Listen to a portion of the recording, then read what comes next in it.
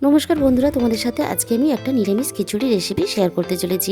আশা করি তোমাদের ভালো লাগবে। ঝিরঝিরে বৃষ্টিতে বা সামনেই জন্মাষ্টমী, আমরা কিন্তু এইভাবে ভোগ বানিয়ে দিতেই পারি ঠাকুরকে। এখানে আমি এর জন্য নিয়েছি 200 গ্রাম পরিমাণ গোবিন্দভোগ চাল। আমি চালটা খুব ভালোভাবে ধুয়ে পরিষ্কার করে নিয়েছি। আর নিয়েছি 150 গ্রাম পরিমাণ মুগের ডাল। ডালটাও আমি ধুয়ে খুব ভালোভাবে পরিষ্কার করে নিয়েছি। এবারে কড়াইয়ের মধ্যে আমি বেশ কিছুটা জল আমি এখানে দিয়ে দিলাম গরম করার জন্য। জলটা আমার উষ্ণ গরম হয়ে যাওয়ার সাথে সাথে আমি ধুয়ে রাখা চালগুলো দিয়ে দিলাম। চালের সাথে আমি ধুয়ে রাখা ডালটাও আমি এখানে দিয়ে দিলাম। চাল ও ডাল আমি একসাথে একটু নাড়াচাড়া করে দেব। যেহেতু গোবিন্দভোগ চাল, তাই মাঝে মাঝে কিন্তু আমি এইভাবে একটু নাড়াচাড়া করে দেবো, তা না হলে তলায় বসে যেতে পারে। অন্য একটি কড়াইয়ে আমি তেল গরম করতে দিয়েছিলাম। তাতে আগে থেকে কেটে রাখা আলুগুলো আমি দিয়ে দিলাম স্বাদ মতো লবণ ও সামান্য পরিমাণ হলুদ গুঁড়ো। এবার আলুটা আমি নেড়ে চেড়ে ভাজতে থাকবো। এদিকে আমি আলু ভাজতে ভাজতে একটা মশলা বানিয়ে নেব। মিক্সি জারের মধ্যে আমি আন্দাজ মতো আদা দিয়ে দিলাম টমেটো কুচি, আর দিয়ে দিলাম কয়েকটা কাঁচা লঙ্কা ঝালের জন্য। আমি এখানে শুকনো লঙ্কা ব্যবহার করব না। এখানে আলুটা ভাজা হয়ে গেছে, আলু আমি তুলে নেব।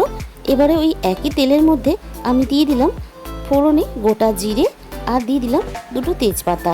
আর যে মশলাটা আমি পেস্ট করেছি সেই মশলাটা আমি এখানে দিয়ে দিলাম। মশলাটা আমি খুব ভালোভাবে কষিয়ে নেব। এখানে আমার মশলাটা খুব ভালোভাবে কষানোর পরে আমি দিয়ে দিলাম 2 চামচ হলুদ গুঁড়ো, আর রঙের জন্য আমি দিয়ে দিলাম 1/2 চামচ কাশ্মীরি লঙ্কার গুঁড়ো, আর দিয়ে দিলাম 1 চামচ চিনি। নিরামিষ খিচুড়ি একটু মিষ্টি মিষ্টি হলে তবেই ভালো লাগে।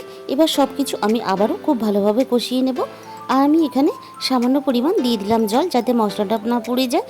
আমার এখানে খুব ভালোভাবে মশলাটা কষানো হয়ে গেছে। আজকের রেসিপিটা তোমাদের যদি ভালো লেগে থাকে, অবশ্যই ভিডিওতে একটা লাইক করো ও কমেন্টের মাধ্যমে জানিও। আমার চাল ও ডাল এদিকে খুব ভালোভাবে ফুটতে শুরু করে দিয়েছে। আমি এবার আগে থেকে ভেজে রাখা আলুগুলো এর মধ্যে দিয়ে দেব। গোবিন্দভোগ চালটা খুব তাড়াতাড়ি সিদ্ধ হয়ে যায়, আমরা সবাই জানি, তাই এই পর্যায়ে আমি ভেজে রাখা আলুগুলো দিয়ে দিলাম। সব কিছু আমি আরও একবার নাড়াচাড়া করে দেবো। আর এখানে ফুটতে ফুটতে জল কমে গেছে, তাই আমি আরও কিছুটা গরম জল এখানে অ্যাড করে দিলাম। এরপর দেখো আমার চাল ও ডাল খুব ভালোভাবে সেদ্ধ হয়ে গেছে। আমি এখানে এবার দিয়ে দেব স্বাদ মতো লবণ। আর যে মশলাটা আমি তৈরি করে রেখেছিলাম সেই মশলাটা আমি এখানে দিয়ে দিলাম। এবার চাল ও ডালের সাথে আমি মশলাটা খুব ভালোভাবে নাড়াচাড়া করে মিশিয়ে দেব। আমার যেহেতু জায়গাটা একটু ছোট হয়ে গেছে, তাই আমি একটু সাবধানেই নাড়াচাড়া করে এখানে মিশিয়ে দিলাম।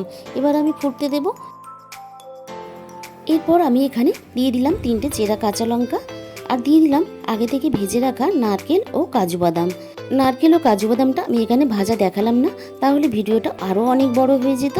এবার সব কিছু আমি খুব ভালোভাবে আবারও মিশিয়ে দেব। এখানে খিচুড়িটা এইভাবে এখানে ফুটতে থাক, আমি একটা ভাজা মশলা বানিয়ে নেব। এর জন্য এখানে দিয়ে দিলাম 1 চামচ গোটা ধনে, 1 চামচ গোটা জিরে ও 1 চামচ গোটা মৌরি, আর দিয়ে দিলাম 2টো এলাচ। এবার খুব ভালোভাবে এটাকে আমি নাড়াচাড়া করে ভেজে নিয়ে গুঁড়ো করে নেব। এখানে আমি যে ভাজা মশলাটা বানালাম সেই ভাজা মশলাটা এখানে দিয়ে দিলাম। এরপর আমি দিয়ে দিলাম বেশ খানিকটা ঘি। এবার সব কিছু আমি খুব ভালোভাবে আবারও মিশিয়ে দেব। ঘিটা এখানে তোমরা তোমাদের নিজেদের স্বাদ মতন ব্যবহার করবে। আমি খুব ভালোভাবে নাড়াচাড়া করে মিশিয়ে দিলাম। আমার কিন্তু এখানে রেডি হয়ে গেল নিরামিষ খিচুড়ি। আর এখানে আমি খিচুড়িটা একটু পাতলা অবস্থাতেই রাখবো, তা না হলে ঠান্ডা হওয়ার পরে অনেকটাই জমে যাবে। এরকম গরম গরম খিচুড়ি কার কার কলা পাতায় খেতে ভালো লাগে, অবশ্যই তোমরা কমেন্টের মাধ্যমে জানিও।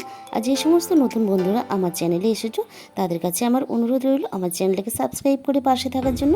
তাহলে আজকে এই পর্যন্ত, দেখা হবে অন্য কোনো রেসিপির সাথে। সবাই সুস্থ থাকবেন, ভালো থাকবেন। ভিডিওটা শেষ পর্যন্ত দেখার জন্য সবাইকে অসংখ্য ধন্যবাদ।